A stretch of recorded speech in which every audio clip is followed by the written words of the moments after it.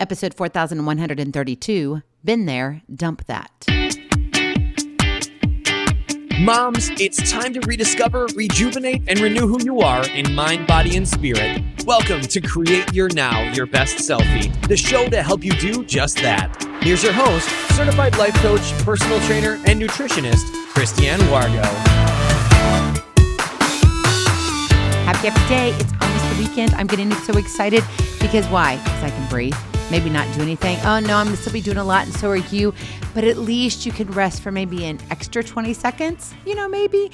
But in the meantime, been there, dump that. For those of you who are brand new to Create Your Now, welcome to this incredible family. I'm so delighted of your presence. If you already had the opportunity, you want to head on over to createyournow.com where you can learn more and sign up for the Kisses newsletter, the Keep It Simple strategy, everyday solutions to live, love, and impact. All right, take a deep breath because, yep, I've done it. You know the phrase, been there, done that. It's that verbal shrug we give when something no longer impresses us or maybe no longer scares us or no longer has anything left to teach us. It's like, we're done with it. Been there, done that. It's like you kind of put that check mark on the scoreboard like, yeah, already been down that road. We don't need to go there. But I want to put a twist on that phrase to serve you better. Why not enhance it by saying, been there, dump that? Yeah, I know. Because here's something we never sit around and talk about when it comes to growth. It's not about just picking things up, those new habits and new skills and new mindsets. Growth is just as much about what we're willing to put down. I want you to think about your life as a hike. You're getting ready. I had the privilege when I was in high school, and I say it was a privilege and an honor, honestly, both, to be able to hike the islands in Hawaii. And I went to high school there, and so I was part of the hiking club. And I was thinking about this. I was like, yeah, we had to have so much in our backpack, and then we all had to chip in order to bring things. And some places there were cabins, other places it was just a day in and then a day out. It wasn't an overnight. And I like those best, by the way, because then I wasn't out in the jungle. However, Hawaii, how can you be in a jungle? I mean, it's absolutely beautiful, but that's for another episode. But seriously, right, you have to sit there and think, what do I really need? What do I have to survive?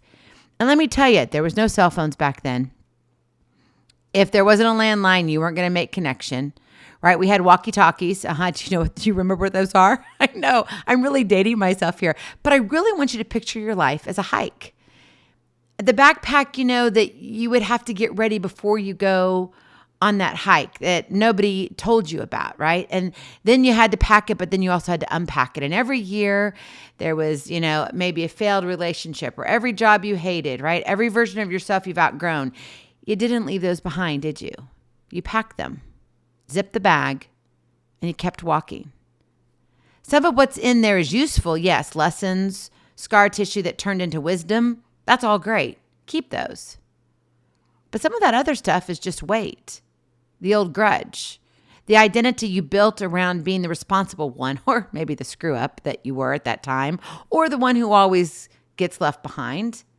The rule you made up when you were 23 that you've never once revisited. I'm not kind of that person who asks for help. I always have to prove myself twice as hard. If I'm not exhausted, I'm not working hard enough. Sound familiar? What are you packing today?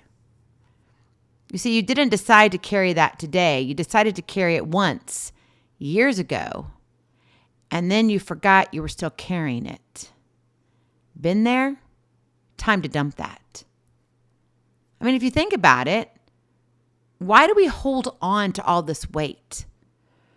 I heard somebody say, this is crazy. I did not look it up, so please do not hold me to this. But there are more storage facilities in the United States of America than there are Starbucks and McDonald's, I believe it was. I'm like, really? Like, there's a problem there. I mean, why do we keep things?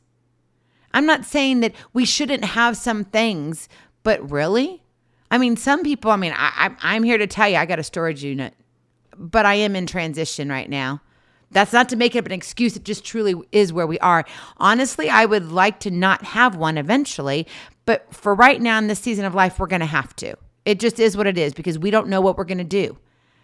We're dropping our place down to a third of what we have currently in the home that we are saying goodbye to. That's a big difference.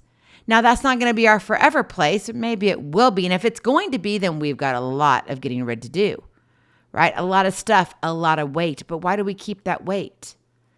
Why not put it down? Why not get rid of it? Why not dump it? Well, because familiar weight feels safer than an empty bag.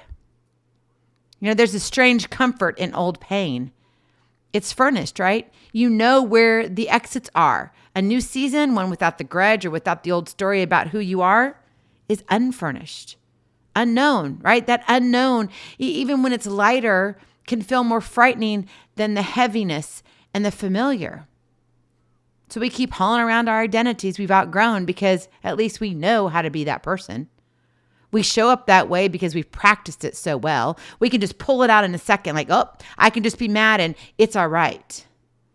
We'd rather be a tired version of someone we recognize than a rested version of who's someone we don't know yet. My friend, that's not laziness. That's just how people work. But it is worth naming because you can't put down a weight you've convinced yourself isn't there. Been there, dump that. I've been looking at failure and defeat lately. And it's interesting. We even did an episode of this a few days back. When you look at the distinction between failure and defeat, failure is an event, right? Defeat is a decision. So failure is something that has happened. It's like a pinpoint, right? But defeat is a decision. I feel defeated. Failure says that didn't work. Defeat says so nothing will. One is data. The other is a lid you put on your own future. Go back to your backpack.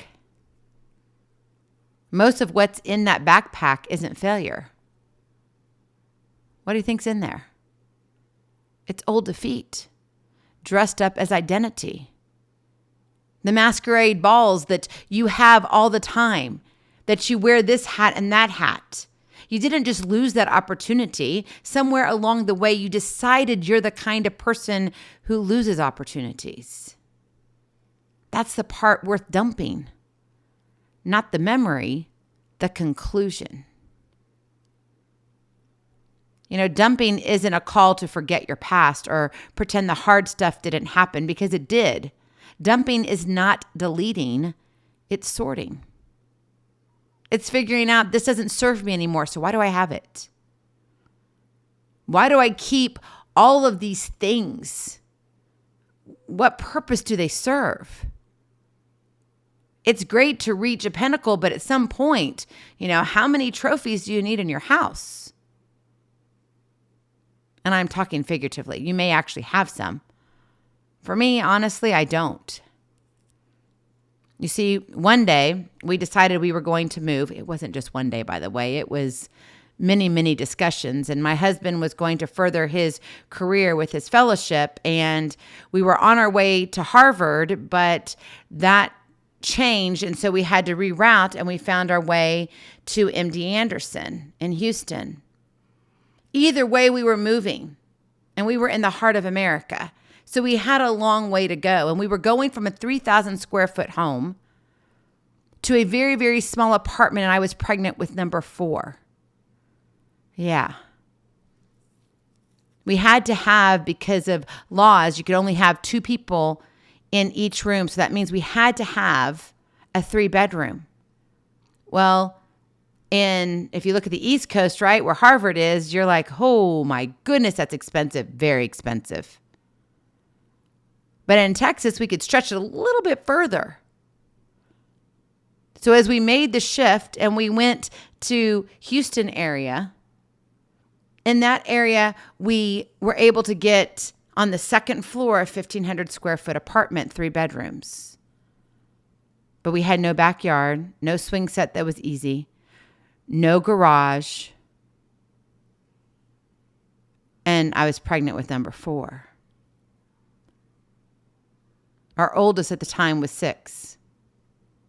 Crazy, huh? Yeah, I know. Sometimes I scratch my head thinking, how in the world did I make it? Right? I made it because I had to get rid of some things for real. Not just figuratively, but I had to let some things go. I remember in our home that was the 3,000 square foot home, that was the first home we ever actually purchased ourselves. We had rented other homes, but this is our first purchase, and loved that home. It's a walkout basement. It was not a finished basement, but I created this whole area where I had my day school. I was a licensed daycare provider, and in that I was able to take care of so many kids depending upon the ages who could be there or not. And so I was licensed by the state. And so it was not a finished area per se, but it was completely concreted walls, and I painted all these murals. It was awesome. I mean, I created this huge Noah's Ark. I think eventually it did get painted over, by the way, but I think it lasted through at least one family, if not two, after we sold it. We ended up leaving our rainbow playset. If you have any idea what a rainbow playset is, we saved and saved and saved to purchase that playset. One of the most expensive things we ever bought for our kiddos, brand spanking new. And here we had to up and move. I had the biggest garage sale ever where I made thousands of dollars selling stuff because we had so much stuff. I was pregnant with number 4. At the time, we had a girl, boy, girl, and we didn't know at the time, or did we know at the time? Now I have to think about that. No, we did know we were going to have another boy. So it was girl, boy, boy. And he was going to be born in Texas. And I was like, wow, this is exciting, but I have no place to put everything. So as I sat there downstairs in my Noah's Ark painted house down in the basement there, that was our day school, which is really cool, actually. The kids absolutely loved it, but that's a sidebar. I pulled over one of these huge boxes. It was a dish pack. I hadn't opened it for years. It's all my stuff. If I had a backpack, I wouldn't have been able to put it all in the backpack. The kids were up sleeping. I'm very pregnant, because we moved and I was like 7 months pregnant when we moved. So this would have been about 6 months pregnant. I'm doing all of this work now, preparing for the move. And I sat down there and I went through this box of memories, this box of achievements, these box of trophies, certificates, things that I had earned from when I was little to where I had graduated from high school and college.